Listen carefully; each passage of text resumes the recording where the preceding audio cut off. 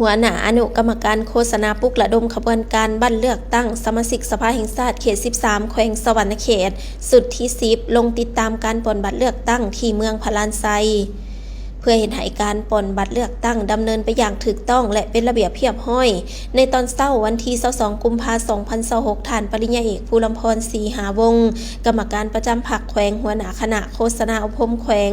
หัวหน้าอนุกรรมการโฆษณาปลุกระดมขบวนการขันแขวงบัตรเลือกตั้งสมาชิกสภาแห่งชาติสุดที่ 10 ได้ลงติดตามการปล้นบัตรของผู้มีสิทธิ์เลือกตั้งที่เมืองพลานไซพร้อมร่วมใส่สิทธิ์ปล้นบัตรอยู่เขตเลือกตั้งเมืองพลานไซร่วมปล้นบัตรมีท่านลำแก้วแสงหนูทองกรรมการพรรคแขวงเลขาพรรคเมืองประธานคณะกรรมการเลือกตั้งเมืองพลานไซเมืองพลานไซมี 31 หน่วยปล้นบัตรมีผู้มีสิทธิ์ปล้นบัตรเลือกตั้ง 22,761 คน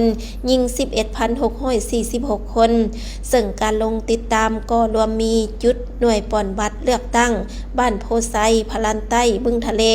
และบ้านแก้งพามซึ่งบรรยากาศการเลือกตั้งก็ดำเนินไปอย่างเป็นระเบียบท่ามกลางความตื่นตัวของประชาชนที่ร่วมใส่สิทธิ์ปล้นบัตรเอาสมาชิกสภาแห่งชาติเขต 13 ใน28 ท่านเลือกเอา21 ท่านและสมาชิกสภาประชาชนแขวงประจำเขตเลือกตั้งเมืองพลานไซ7 ท่านเลือกเอา5 ท่าน